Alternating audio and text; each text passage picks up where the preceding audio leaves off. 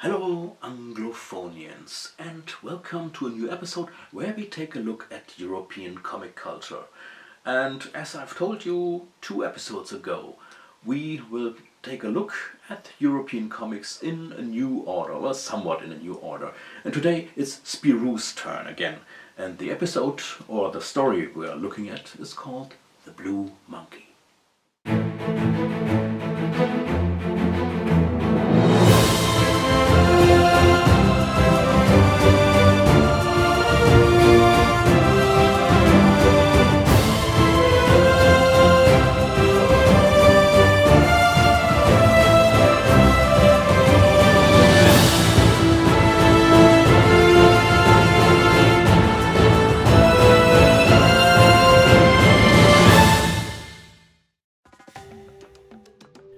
At the beginning, a content warning. This comic reproduces some racist stereotypes that were common at the time it was created. I'll try not to show too many of these discriminatory images. Unfortunately, they take up a lot of the story. The story follows seamlessly from the last. As a reminder, Spirou traveled to Africa to find the previous owner of his farm. On the ship he's traveling on, he finds a stowaway named Rakiki, the rightful ruler of a small kingdom, whose throne has been stolen by his uncle Rakuku.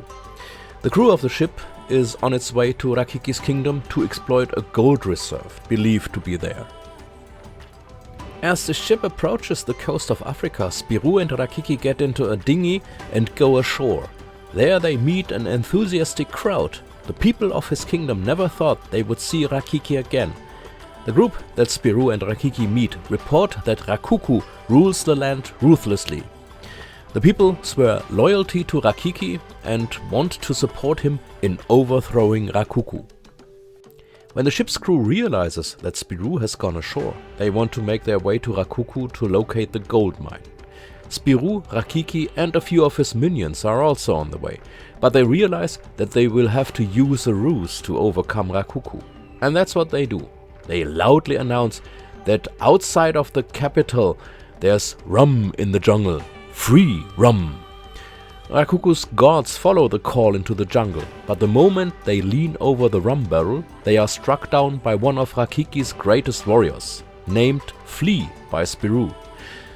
After the guards are defeated, Rakiki and his people can enter the palace and drive Rakuku away. The crew of the ship on which Spirou and Rakiki came can also be arrested. Now the story turns to the titular blue monkey. It is a rare animal, and Spirou, Spip and Flea set out to look for it together with a little researcher. They come across a monkey city deep in the jungle where the monkeys behave like humans. And of course, the monkeys don't want to reveal where one can find the blue monkey. However, Spirou notices that the little researcher is becoming more and more obsessed with finding the blue monkey. The bellhop has to use all his cleverness to bring the search to a successful end. The first episode of the story The Blue Monkey was published in the April 9, 1942 Spirou magazine. The story ended in the issue of August 13, 1942, or, as before, the story continued seamlessly into the next. In 1942, Belgium and France were under German occupation, and the publication of the Spirou magazine depended on the discretion of the occupiers.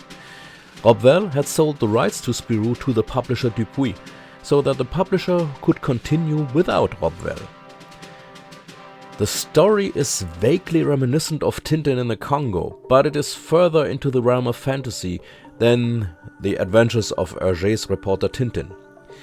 Tintin was somewhat realistic, but the monkey city in the jungle alone shows how far Spirou was from reality. Although King Rakiki and Rakiki's kingdom do not exist, at the end of the story Spirou arrives in a real place.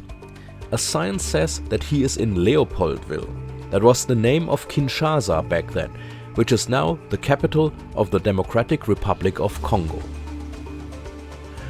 In the story, Robvel makes some strange decisions. Spirou actually came to the Congo to find the previous owner of his farm.